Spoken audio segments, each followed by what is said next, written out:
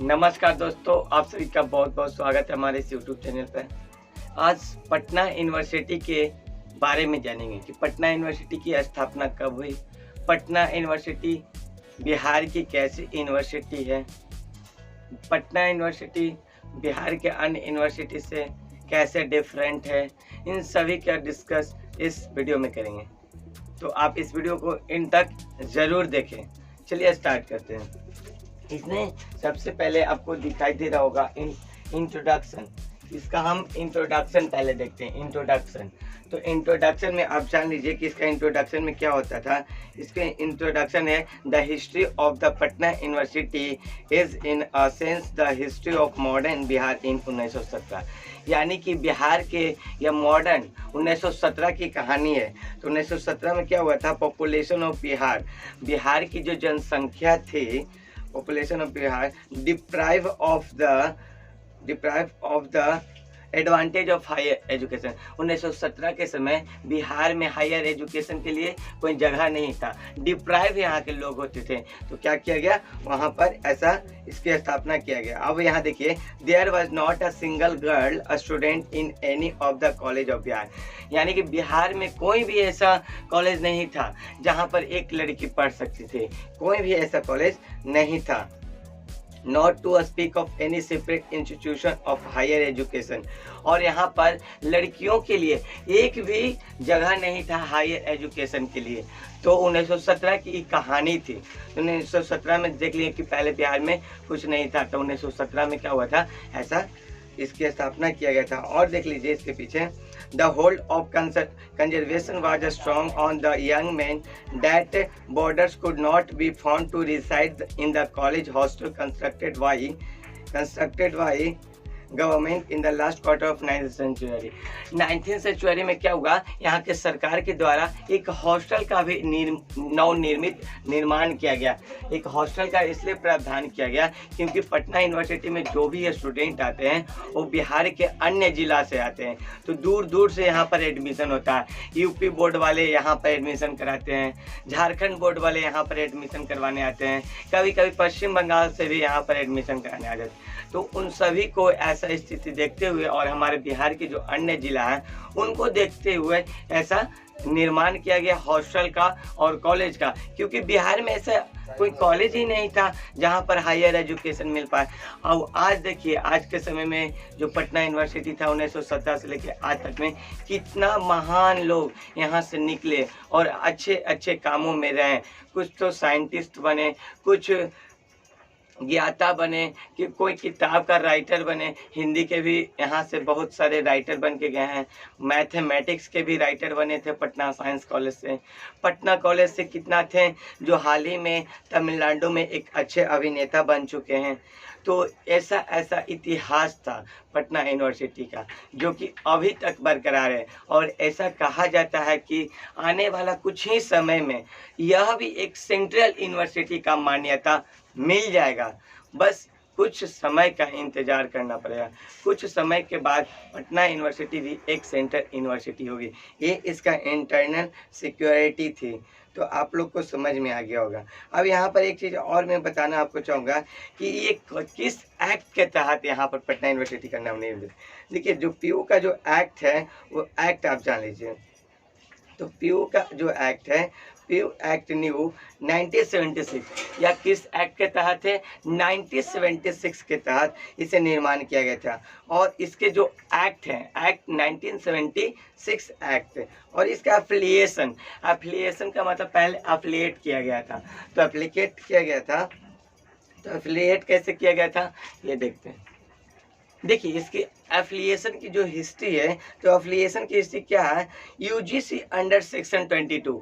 UGC एक पूरा भारतवर्ष का यूजीसी जो होता है केंद्र बिंदु होता है, वो हर कॉलेज हर यूनिवर्सिटी का दान देता है। कैसे कुछ आते हैं, राशि आते हैं कॉलेज के निर्माण के लिए, स्कॉलरशिप बहुत सारे जो यूजीसी के द्वारा आता है। तो ये जो है पटना यूनिवर्सिटी, उसका UGC under section 22 of the UGC act 1956 के तहत निर्माण किया गया, एफिलिएट किया गया यूजीसी अंडर सेक्शन 22 1956 के तहत इसका क्या किया गया, निर्माण किया गया। ये आप लोग को समझ में आ गया हो। फिर यहाँ पर एक चीज़ है कि इसको इंक्लूड किया गया university maintain by UGC under section 2F and 12B of the UGC act 1956। ये इसके कुछ इंटरनल हिस्ट्री थे और साथ ही साथ किस एक्ट के तहत पटना यूनिवर्सिटी का निर्माण किया गया होगा आप लोग समझ गए होंगे। अब आप लोग को ये समझना है कि एडमिशन प्रोसेस इसका क्या होता है।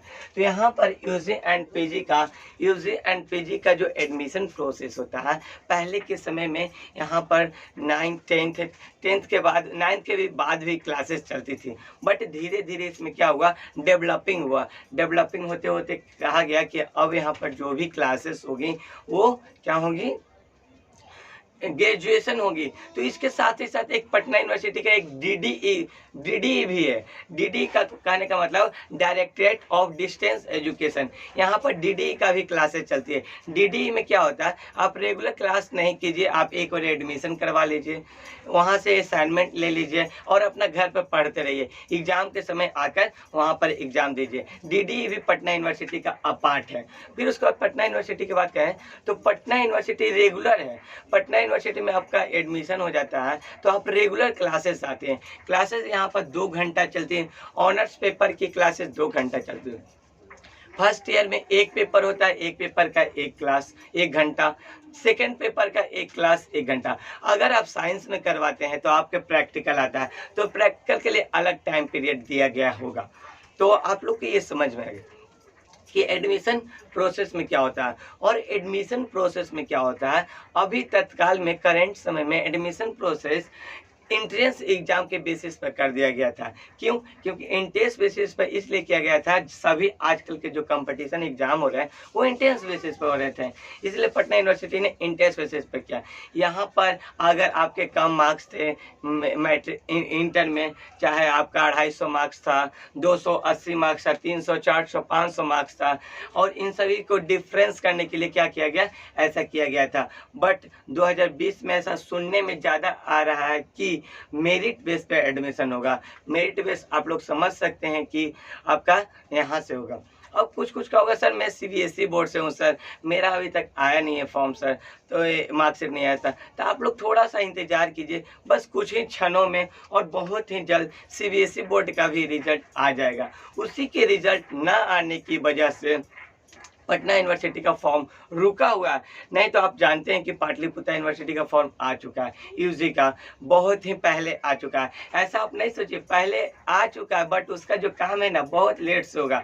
उसमें बहुत सारे स्टूडेंट जुड़ते हैं, 15 लाख स्टूडेंट उसमें एडमिशन करवाते हैं, और इसमें जबकि सीट लिमिटेशन है, आपका टोटल सीट लगभग 2500 के आसपास में टोटल सीट आ जाता है। बीएससी, बीए और बीकॉम को मिलाकर 2500 से नीचे के आसपास में आता है।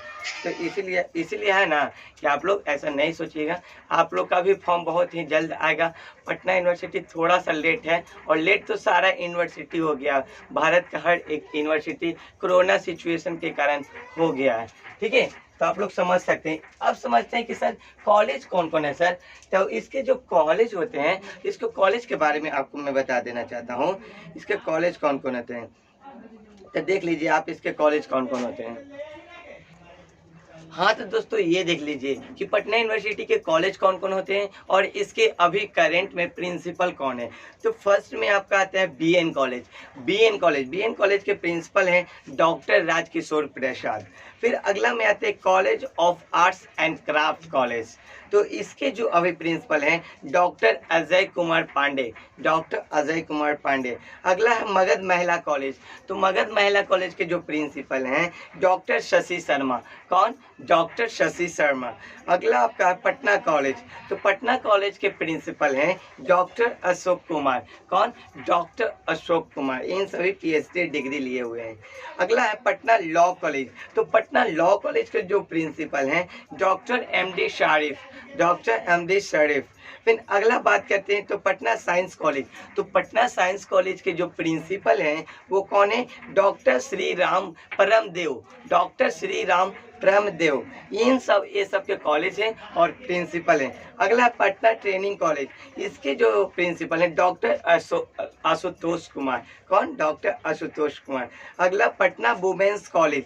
तो पटना वुमेन्स कॉलेज जो है अफिलिएटेड कॉलेज है, ये पटना यूनिवर्सिटी का ही पार्ट है बट अफिलिएटेड है। अफिलिएटेड करने का मतलब इसको इसमें क्या किया गया? अटैच किया गया। पटना वुमेन्स कॉलेज का थोड़ा सा अमाउंट ज़्यादा है, एडमिशन फ़ी बहुत ही ज़्यादा है, बट वहाँ का जो फैसिलिटी है बहुत ही अच्छा है। वहाँ का प्लेसमेंट सेल बहुत ही ज़्यादा अच्छा दिया जाता है एप्लीकेशन होने के कारण। ठीक है, फिर अगला में है Patna women's training college, doctor Monawar Jahan. Doctor Monawar Jahan ये किसके? पटना वुमेन्स ट्रेनिंग कॉलेज के प्रिंसिपल हैं। लास्ट में बात करें तो वाणिज्य महाविद्यालय। तो वाणिज्य महाविद्यालय के प्रिंसिपल कौन है? प्रोफेसर चंद्रमा सिंह। प्रोफेसर चंद्रमा सिंह ये इसके क्या है? प्रिंसिपल हैं। तो आप लोग को समझ में आ गया होगा कि इनके कौन कौन से कॉलेज हैं और प्रिंसिपल कौन कौन है। अब लास्ट बात करते हैं कट ऑफ। सर इसका कट ऑफ लिस्ट कितना जाता है? तो कट ऑफ लिस्ट पहले इंटेंस बेसिस पर रहता था, तो इसका जो cut off list intense basis पर रहता था बीए, बीएससी, बीकॉम, तो 100 मार्क्स के एग्जाम होते थे। निगेटिव मार्किंग नहीं रहता था, निगेटिव मार्किंग नहीं रहता था, 100 मार्क के एग्जाम होते थे। तो फर्स्ट कट ऑफ जो निकलता था वो 85, 87 से निकलता था साइंस वाला का। फिर उसके बाद कॉमर्स वाला का जो कट ऑफ निकलता था वो 82, देखिए साइंस वाला का 85 से निकलता था 80 तक में फर्स्ट कट ऑफ, और बीकॉम वाला का निकलता था 82 से लेके 78 तक। फिर उसके बाद बीए वाला का निकलता था 75 से लेके नहीं सॉरी 81 से लेके 76 तक। इस तरह से फर्स्ट कट ऑफ निकलता था। पीजी वाला का जो एडमिशन होता है तो पीजी वाला का कट ऑफ कैसे निकलता है? पटना यूनिवर्सिटी में अगर आप पीजी में एडमिशन करना चाहते हैं और पटना यूनिवर्सिटी का ही आप स्टूडेंट हैं तो आपका पहले एडमिशन होगा पीजी में, और अन्य यूनिवर्सिटी के जो स्टूडेंट हैं उनका भी एडमिशन होगा बट सीट रहने की बाद ही। तो आप लोग भी फॉर्म भर लीजिएगा, फॉर्म आएगा तो, और बहुत ही जल्द फॉर्म आएगा। 20 से 30 जुलाई तक में फॉर्म आने की ज़्यादा उम्मीदें। अभी आप समझ रहे होंगे कि अभी रिजल्ट नहीं आया इंटर का, साथ ही साथ अभी भारत के शिक्षा मंत्री भी चेंज हुए, तो उनको थोड़ा सा समझने की आवश्यकता है। यूजीसी के द्वारा अभी भी अलाउ नहीं किया गया है, क्योंकि यहाँ के जो राज्यपाल हैं बिहार के, जो यहाँ राज्य भवन है वहाँ से भी अनुमति अभी नहीं मिली है, तो बहुत ही जल्द मिलेगी। लास्ट में बात करते हैं सर कोर्स कौन कौन होते हैं। तो यहाँ से जो कोर्सेज होते हैं पटना यूनिवर्सिटी के, वहाँ से लॉ होते हैं, लॉ की पढ़ाई होती है। फिर उसके बाद यहाँ पर ट्रेनिंग दिया जाता है, आर्ट्स एंड क्राफ्ट्स की क्लासेस होती हैं। फिर उसके बाद यहाँ से बीबीए कराया जाता है, बीसीए होता है, बीएससी एग्रीकल्चर होता है, बीएफए होता है, बीएमसी होता है। फिर उसके बाद बीए होता है, बीएससी होता है, बीकॉम होता है, बहुत सारे कोर्स होते हैं, बीबी होते हैं, बीसी होते हैं, ETC। इन सभी कोर्स यहाँ पर कराई जाती हैं और इन सब के अलग अलग फ़ी हैं। तो अलग अलग फ़ी हैं आप लोग को बता दिया गया कि फ़ी कैसे कैसे। आप लोग को ज़्यादा जानकारी लेना है कॉलेज वाइज की फ़ी कितना है, तो आप हमारे चैनल के प्लेलिस्ट में जाकर देख सकते हैं। तो चलिए आप लोग को ये समझ में आ चुका होगा कि पटना यूनिवर्सिटी में EG एंड PG का प्रोसेस क्या है। आई होप कि आपको ये समझ में आ चुका होगा। अगर आपको ये वीडियो अच्छा लगा हो तो सब्सक्राइब कर दें और साथ ही साथ लाइक कर दें, और किसी भी प्रकार का दिक्कत हो तो टेलीग्राम चैनल पर ज्वाइन कर दें और वीडियो के नीचे कमेंट जरूर करें। मिलते हैं नेक्स्ट वीडियो में। जय हिंद, जय भारत।